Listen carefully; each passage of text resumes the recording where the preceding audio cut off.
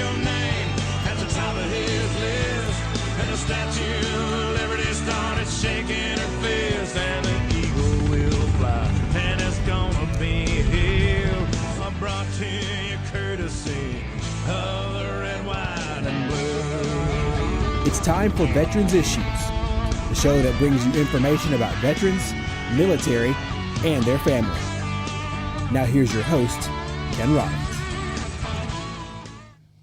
Welcome into Veterans Issues, the last show of the year. Appreciate you tuning in. Today we got a special guest. Let you know who it is when we come back. Be right back in just a minute. Get your pen. Thank you for staying with us. Appreciate that message there. And this week's, I don't have a guest. That's the surprise guest. I decided that because it's the end of the year, sometimes in doing the shows, skip over some stuff or just hit the highlights of it. And then I see you veterans out and about, and you ask me to be more specific about an issue. So I'm going to try to do that day, just cover some highlights of the 2015. And so just get you a pen, stay by, maybe some numbers you want to give. So we're going to just do that, me and me today, Veterans Issues by me. So stay with us and stick with us. First thing I want to do is I want to wish everybody out there, sincerely, I want you to have the merriest of Christmases, and I want you to have a safe and happy New Year, because that's the key word, safe and happy. Picking up the safe Facebook, and you're seeing that people are having wrecks and the things that's happening. Distracted driving is a big thing that's causing those wrecks. But this time of the year, we have a lot of people who are not used to drinking alcohol during the year, and they go out for a party, just an innocent gathering of people, and they consume alcohol that they're not used to doing, and they get behind the wheel of a car.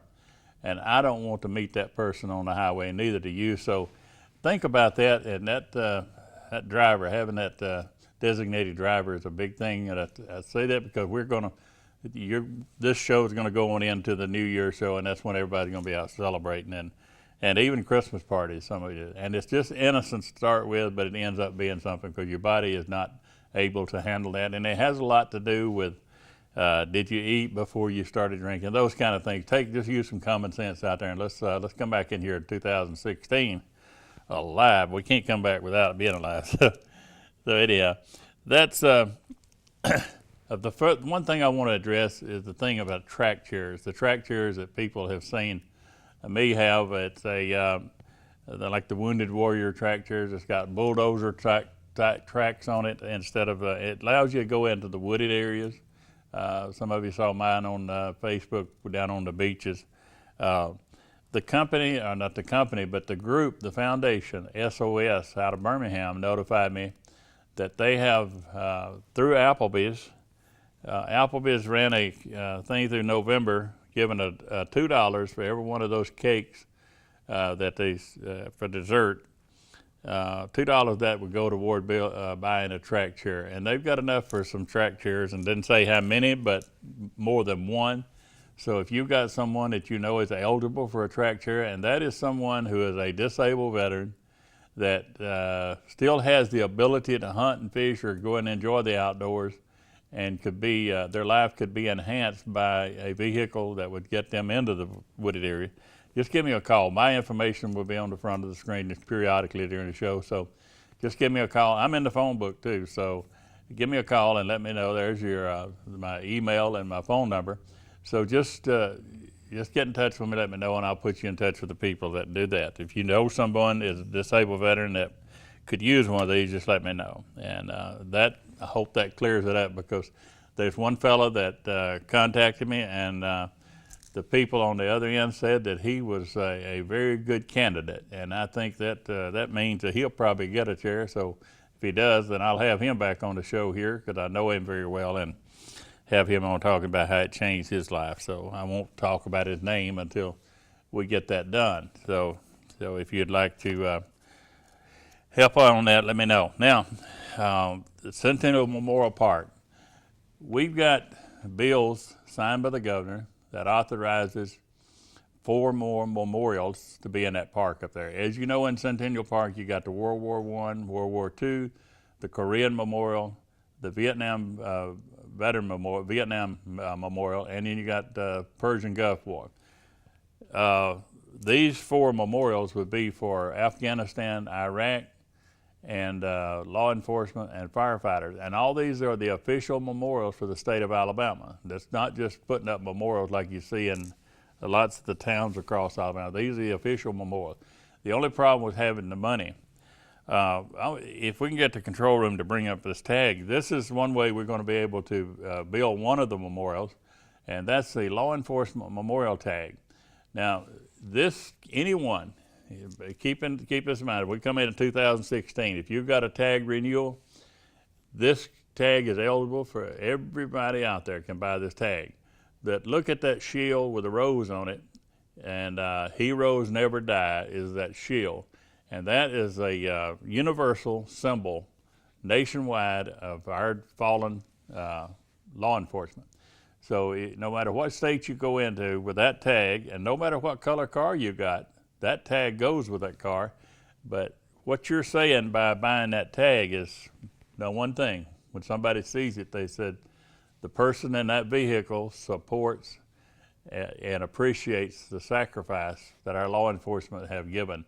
And that's a great statement that you're presenting out there on the road. So think about that. But here's the reason I talk about it with the parks, because the refunds from that tag, sale of that tag, most of the funds go to Centennial Memorial Park to build that law enforcement memorial there.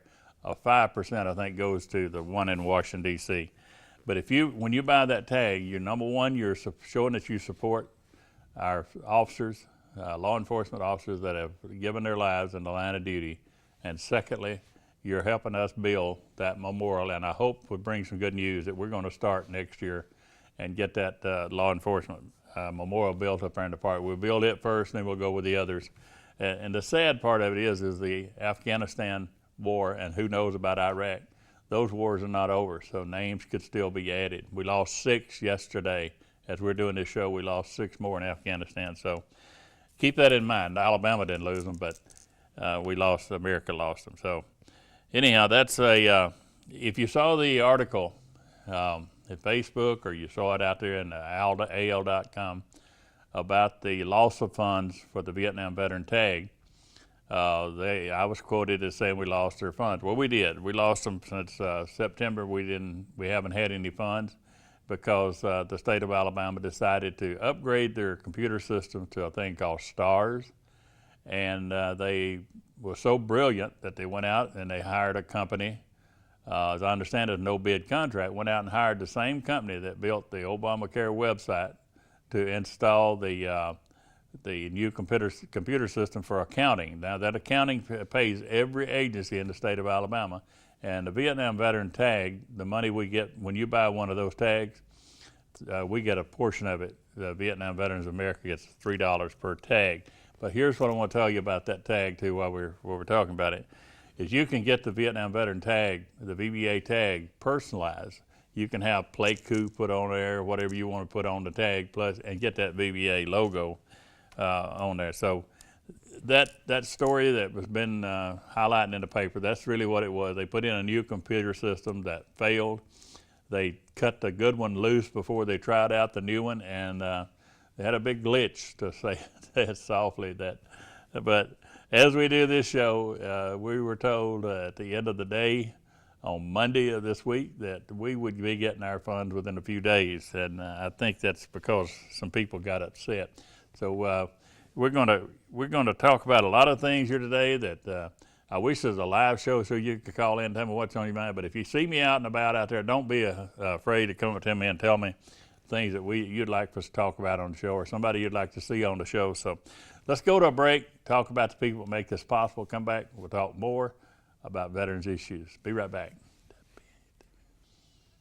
Welcome back to Veterans Issues here on Camera 1, and we'll go over to Camera 2 in just a second and talk more about the things that we want to talk about at the end of the year here, 2015, before we go into 2016. So I've talked a lot last year about a bill that was introduced in the Senate, and it scared the devil out of us because the bill was Senate Bill 502. If we can get the control room to bring that up, I want to. So you can look at it to see it. I'm not just making this up. This is a Senate bill that was introduced by Senator Dials and Senator Marsh. This bill is an unearmarking bill, and on the face, it sounds great. But if you can read this fine print, what it is, it unearmarks all funds. Just to give you an example, the education fund had $250 million excess. Just happened to be the amount that they came up short in the budget this time. So it would affect the education funds are earmarked, and the Veterans Assistance Fund that we pay for the veterans. So you can bring that down. I just wanted you to see that I do have the actual bill that I talk about on here a lot, that they pulled it back, but I know it's coming back, and it'll have to come out to vote for the public, but I want you to be educated about it. Because if somebody says we're going to earmark funds, if you had a business that had different departments, and one department had money and the others are hurting, it would make sense. And especially if you had money earmarked for each one of those departments, it would make sense to remove the earmark so your company didn't fold and take the money out of the haves and give it to the have-nots.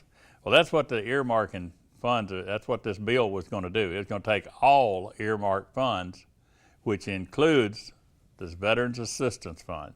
And that's why I'm upset about it, is because the Veterans Assistance Fund pays for the 4 veterans homes that we have in the state of Alabama. It pays the contractor to take care of our veterans, and we've got the best veterans homes in the United States, bar none. I mean, we were recognized nationally for having such good care for our veterans home.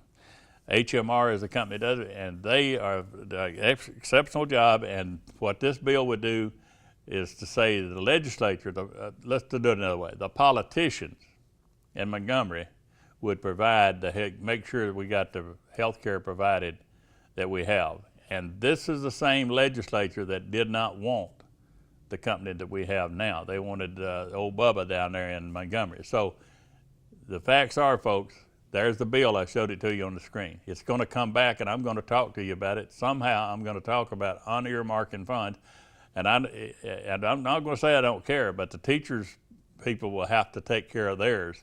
But I'm going to defend the veterans, because we've got 450,000 veterans in the state of Alabama that depend on the money that we take in and the revenue that's earmarked for veterans assistance. And that's what it is, VAF, Veterans Assistance Fund. That money pays GI Bill, the Alabama GI Bill, we got one better than anybody. I mean, Georgia, Florida, everybody wants to come into Alabama and use our GI Bill, but they can't do it unless they join the service in Alabama. But with that said, we've got a lot of things we do for the veterans. We bury our veterans for free down in Spanish Fort. We got the only state cemetery, veteran cemetery there is around. And we do these things out of these funds. So it's kind of like you got a wheat field and you got one bad stalk of wheat. So you cut down the whole field to get to that stalk using the education $250 million. You want to get to that, so you kill all the rest of them around. And our governor has said the ones that's going to get protection, the ones that will get, the departments that are going to be protected are 2, Medicaid and prisons. There's where those are going to get the money. Now, if they put it in a pot like they're talking about doing, Senator Dials says to our commissioner, you'll get more money if we put it in the pot. Now, everybody's watching me today or tonight. I want you to tell me if you believe that statement, that we're going to take the money, put it in a pot, and let the politicians issue it out, and the veterans will end up with more money, more help than they're getting now. And I rest my case on that, because that's what it is. But I want you to understand that bill, and that's the last time I'm going to talk about it, except when I say earmarking, next year, in 2016, you'll know what I'm talking about, hopefully. We got some good programs that the politicians, our people down there, we got some great ones down there. Cale Brown, Steve Hurst, Randy Wood, people like that. We got some good politicians. They passed some bills like Veterans for Hire.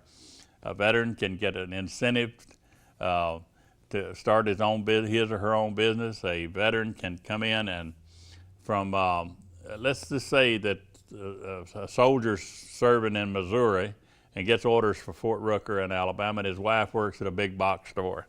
Well, she's unemployed because they transferred here. if she can produce the orders that transferred him to Alabama, Alabama unemployment will give her unemployment till she's landed a job, and that other states don't do that. So if you've got a CDL permit to operate in the United States military, that will be honored in the state of Alabama. So you don't have to go through all the hoops to do that. These are bills that's been passed to take care of our veterans. And that's just a few of them.